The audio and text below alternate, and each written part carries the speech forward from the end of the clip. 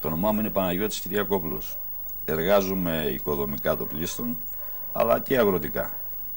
Είμαι 48 χρονών και είμαι ανήπαντρος. Μένω γέννημα θρέμα που λέμε στη Σμέρνα. Δεν έχω φύγει να πάω από εδώ. Η Σμέρνα είναι ένα ορεινό χωριό με 100 κατοίκους μόνιμους, σχεδόν γεροντάκια. Στη Σμέρνα δεν υπάρχει καμία κοπέλα. Βγάζει το δημοτικό, άντε να πάει γυμνάσιο, να βγάλει το λύκειο, ξέρω εγώ, να προχωρήσει άλλα στα γράμματα. Αν δεν προχωρήσει, της να φύγει από το γυμνάσιο, φύγει. Είμαστε δηλαδή ένα 70% στην ηλικία μου και μικρότεροι ανήπαντροι. Γενικά, μιλάμε για γενικά τα χωριά. Θα ήθελες να έχεις παντρευτεί? Πώς δεν θα ήθελα. Δεν είμαι κατά του γάμου. Προσπάθησες να παντρευτείς? Δεν το τόσο επιδιώκω, δεν το επιδιώκω. Για ποιο λόγο? Όλα είπαμε, όλα τα πράγματα είναι από πάνω 80% τύχη και 20% προοπτική που λέμε. Αυτό το πράγμα. Δεν το επιδιώκεις τώρα ή δεν το ήθελες ποτέ στη ζωή? Το ήθελα, λέω, αλλά εντάξει, δεν το επιδίωκα. Και επειδή είναι και στενό, όπως σου λέω, τώρα που να πήγαινα σε ένα που υποτίθεται να το κάνει, είναι στενός ο κύκλος. Είμαι και άνθρωπος παλαιών αρχών. Όλοι σχεδόν συγγενείς εδώ. Είναι πολλά τα. Ήταν πιο δύσκολο. Πιο δύσκολο. Όλα τα πράγματα λέμε απέναντι στον άνθρωπο είναι μια ευχαρίστηση. Ενώ η τιμή και το ήθος είναι καθήκον. Φαντάσου να λέγανε την άλλη μέρα ο Παναγιώτης πειράζει το κορίτσι του γείτονα, υποτίθεται, ή του δεύτερου ξάδερφου του πατέρα του, γι' αυτά. Αυτό σου λέω.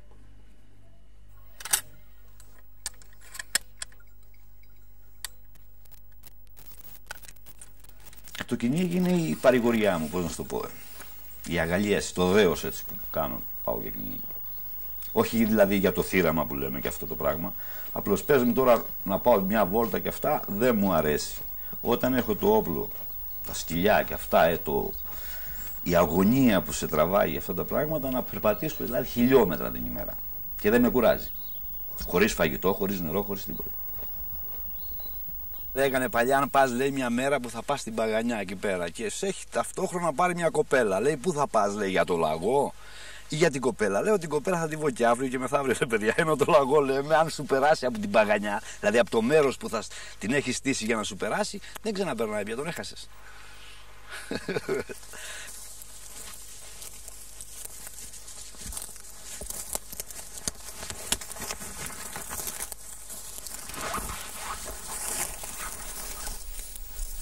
Αν μου ζητούσε η γυναίκα να φύγω, να μετακομίσω κάπου αλλού, Αθήνα ή Ζαχάρο ή αυτό, δεν θα το έκανα ποτέ. Τι θα της έλεγες? Θα καθίσουμε εδώ. Θα βιώσουμε, θα γιάσουμε στον τόπο μας. Θα το δεχόταν? 20.000. Αν το δεχόταν, εκεί είναι και η αγάπη που λέμε, ή ο έρωτας. Αν σε αγαπήσει η γυναίκα, πραγματικά που λέμε, θα καθίσει. Αν δεν σε αγαπήσει, δεν κάθεται. Αν έλεγε και αυτή το ίδιο, ότι αν με αγαπάς πρέπει να φύγεις από εδώ, τι θα έλεγες? Μα εγώ δεν φεύγω, παιδί. Ο άντρας, πώς λέει, ο άντρας είναι ο κύριος του σπιτιού. Το λέμε για αγάπη. Δεν πάω και σόγαμπρος, ναι, δεν πάω και σόγαμπρος. Παλιά πηγαίνανε και σόγαμπρος εδώ πέρα. Οπότε δεν φεύγεις με τίποτα από το χωριό αυτό? Δεν φεύγουμε με το χωριό. Η γυναίκα δεν έρχεται με το χωριό, οπότε Παναγιώτη πέσε κλάφει την τύχη σου. Ό,τι και να γίνει. Αλλά δεν το βάζω κάτω, όχι.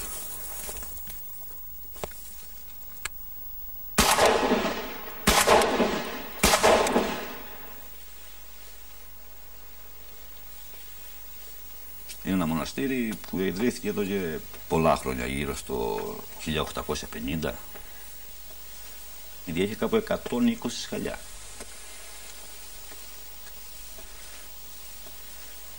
Και έκαναν αυτό το σχέδιο μηχανισμό εκεί με ένα τελάρο και ανεβάζανε τα κεραμίδια πάνω, τα υλικά μάλλον, τα υλικά πάνω.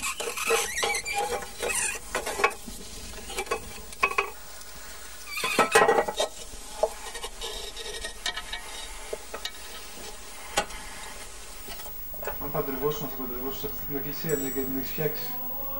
Αν θα παντρευόμουν στην εκκλησία, και φυσικά βέβαια. Οπότε εκεί θα γινόταν, Εκεί θα γινόταν το μυστήριο. Περιμένουμε στην τύχη, λέμε. Περιμένουμε τη θεά τύχη. Όλα πάνω τα πράγματα, λέμε, είναι 80% τύχη και 20% προοπτική σε κάθε άνθρωπο. 20% προοπτική. Όλα είναι τύχη.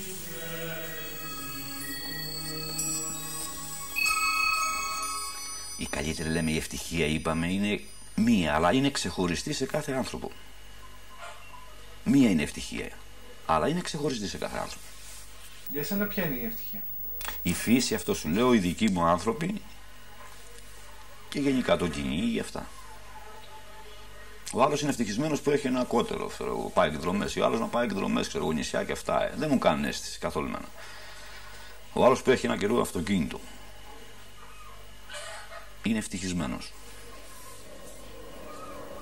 Εσύ είσαι μέσα. Μέσα στη φύση, ευτυχισμένος επειδή είμαι στον τόπο μου, στην ιδιαίτερη μου πατρίδα.